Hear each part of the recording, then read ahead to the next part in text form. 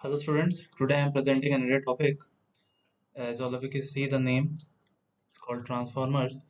Sometimes it seems rather difficult for the student, but is actually not.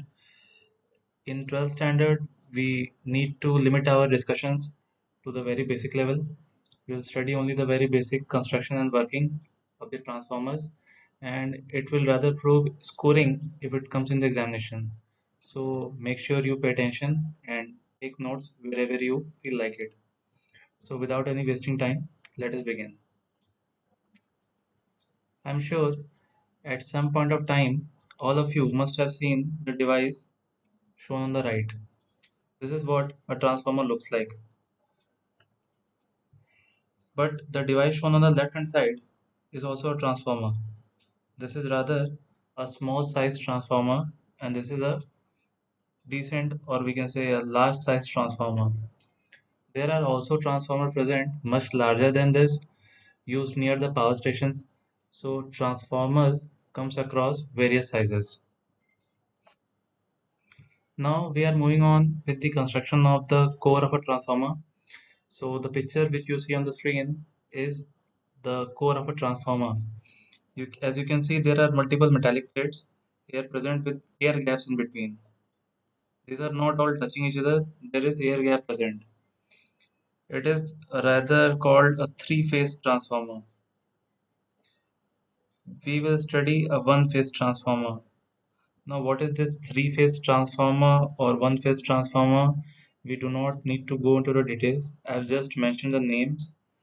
You can ignore it if you want. But we will limit our discussions to one phase only. This is the figure of a three-phase transformer. The purpose of the air gaps here is to prevent eddy current losses. Now, those who have studied eddy current losses, good, or we will cover this some other time. So this is done to prevent the eddy current losses. Now what you see here is a basic diagram of a one-phase transformer which you usually come across in books. As you can see, I have not drawn the middle part which we saw in the figure earlier. So it is a one-phase transformer. It is not a three-phase transformer.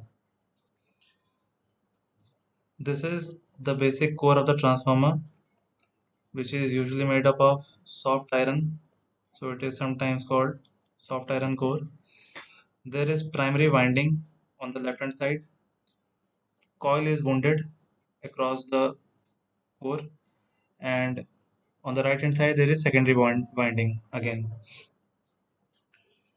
Let us get on with the working principle of the transformer. The working principle is that a transformer works on the concept of mutual induction. You, you might have heard of this term, mutual induction, in which I'll just give you a brief introduction if you have not. Now, we'll not go into the details of mutual induction as of now. In mutual induction, what happens? You change the flux in one coil, and due to which the EMF is induced in some other coil. From Faraday's law, you know that EMF induced is the rate of change of flux. So here, the flux is changed in one coil, whereas the EMF induced in some other coil. This is what mutual induction is all about. So as you can see here, there are two coils involved. There is a primary coil and there is a secondary coil. I have written them winding, so don't get confused. Winding and coil mean the same thing. There is primary winding and there is secondary winding. So it's a combination of coils only. So we'll change the flux linked with the primary winding, because of which the EMF will be induced, or you can say the voltage will be received at the secondary winding. So now let us briefly understand how this phenomena of mutual induction is taking place. I'll again draw the diagram. So see, we have got a primary winding.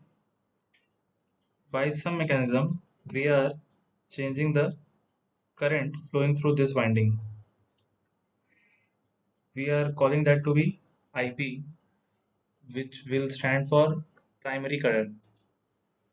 Now, if you change the primary current, the magnetic field linked with the primary coil will surely change. If you remember the formula, the magnetic field will change. Try to recall the magnetic field lines due to a coil. It is something like this.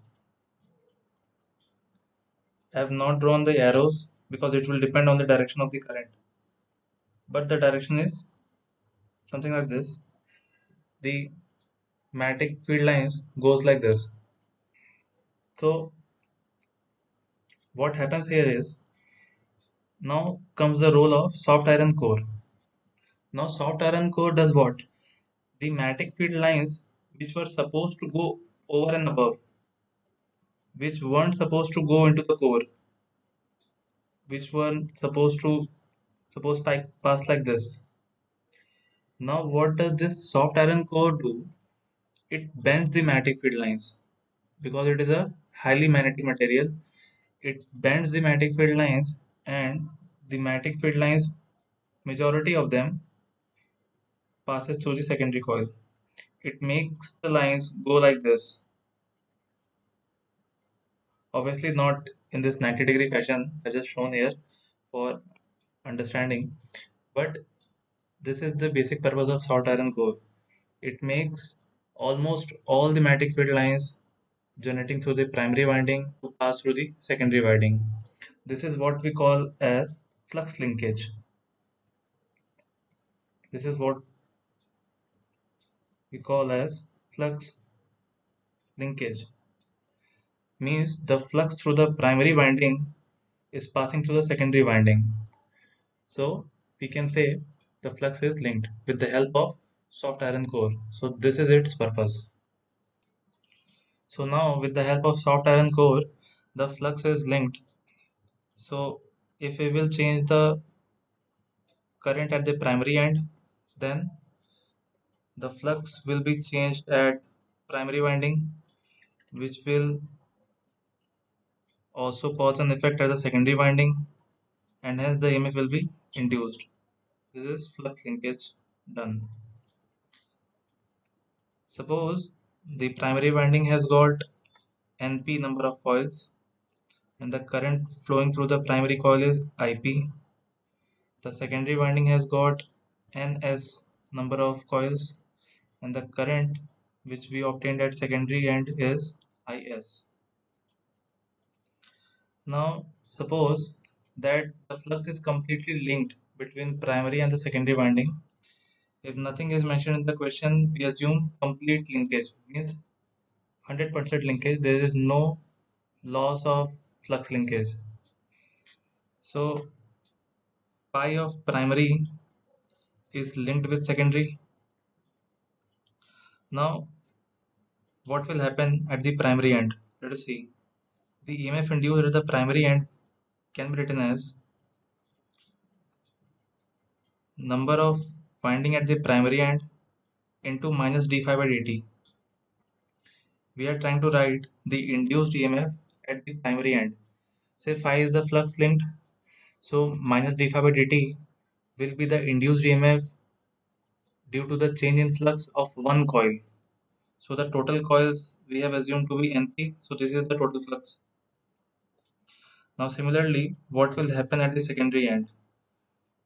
Secondary end has got the same flux linkage. d phi by dt is the rate of change of flux through one coil, and the number of coils present at the secondary end is Ns. So this is the total induced EMF across the secondary winding. This we can say equation 1, this we can say equation number 2. On dividing 1 and 2, we get primary voltage by secondary voltage equals to number of primary winding by secondary winding. This is an important formula. You should remember this. EP is the voltage at primary end. Voltage at primary end. And ES is at the same things at secondary end. NP and NS is the total number of turns, or you can say total number of coils, total turns, total coils, total turns at primary end, total turns at secondary end. Now we haven't talked about the use of a transformers so far. So let us talk about the use. As you can see here, EP, or I should write ES, is equals to NS by NP into EP. Now see, say we have got some input voltage EP at the primary end. Now assume that number of secondary turns is greater than number of primary turns. What will happen then? As you can clearly see from this expression, if NS is greater than NP, then definitely ES will be greater than EP. It means the output voltage will be more than the input voltage. Now this kind of transformer is called step-up transformer. Are you getting? What is the use of a transformer? The use of a transformer is to alter the voltage between the input and the output. That is the main use. Similarly, if number of secondary coil is less than number of primary coil, this implies that the output voltage will be less than the input voltage. If the output is less than the input, less, then it is called step down transformer. These are standard names you have to remember. Now moving on to the efficiency. In general, what do we mean by efficiency? We denote it with eta. For any machine, we denote the efficiency to be output power by input power, or we can simply say output by input, because this is a device which is linked with current and voltage, so we deal in the terms of power. So for transformer, we define efficiency to be output power upon input power. This comes into the ratio. If you need to find out in the percentage, you can simply multiply it with 100. Then this will become efficiency percentage. Now what will be the input power? Let us think. The power formula we have learned earlier in current chapter. Power is voltage into current. So input, where do we give the input? We give the input at the primary end. So we write voltage at the primary end into current at the primary end. We can write EP into IP. This is the power at the input. Similarly, what we can write power at the output, we can similarly write voltage at secondary coil into current at secondary coil. This will be called as power at output, and this is power at input. Now, if we are required to find the efficiency, you can simply take the ratios and find out the value of the efficiency. Now, generally what happens, if nothing is mentioned in the question and we are given with the data, if nothing mentioned, we always take the efficiency to be 1. We will take the transformer to be 100% efficient if nothing is mentioned. We call this to be ideal transformer. Of course, this never happens in the real life, hence we are using the term ideal transformer. So in case of ideal transformer, what we can write is power input is equals to power output. Power input is EP into IP, and power output is ES into IS. So it can be written as EP by ES equals to IS by IP. Now remember, previously we found EP by ES to be equals to NP by NS. So we can also write NP by NS. So this is the general expression which we should remember. This will help in solving numericals. EP by ES equals to NP by NS. We have found this earlier.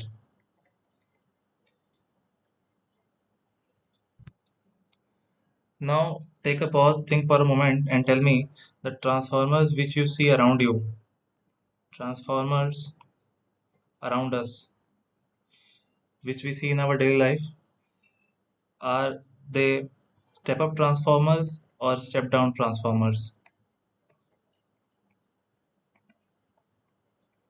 Which you see on the electric poles around you, those are step up or step down?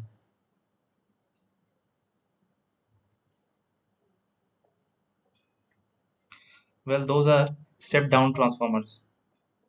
The transformers which you see on the electric poles around you, those are step down transformers. Actually, this brings us to a question.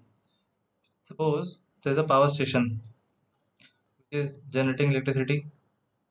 Now, from here to our home, what happens in between? What kinds of transformers are used? Now, assume power station has generated power. So, there is voltage, there is current. Now, what will you choose? Will you choose it to transfer at high voltage, low current, high voltage, low current, or you will choose is to transfer at low voltage and high current? Think, because power is constant. The power which is being generated, that is a fixed value. So V into I, the product is constant. Either you can transfer it at high voltage and low current, or you can transfer it at low voltage and high current. What will you choose? Take a pause and think. Well, let me tell you, the choice is high voltage and low current. Why is that? Because see, the current will flow through these wires. These wires must also have some resistance. Now, if you will keep the current to be high, say for instance the current is high, so what will be the power loss, the heat loss in the wire? It will be equals to I square R. So if the current through the transmitting wire is high, then the power loss will also be high. So in order to minimize that, we use this concept of step up transformers. We initially step up the voltage to a very high value using transformers. Then we use step down transformers in steps. Say this is up transformer, then we will start using step down transformers, and in phases the value is reduced, and finally the electricity is supplied to our home. The transformer around you which you see is typically, it converts 440 volt to 220 volt, which is finally supplied to our home. This is the basic phenomena of electricity supply.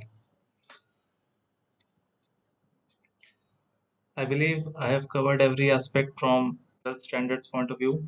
If you have any doubts or queries, feel free to post in the comment section. Thanks for watching.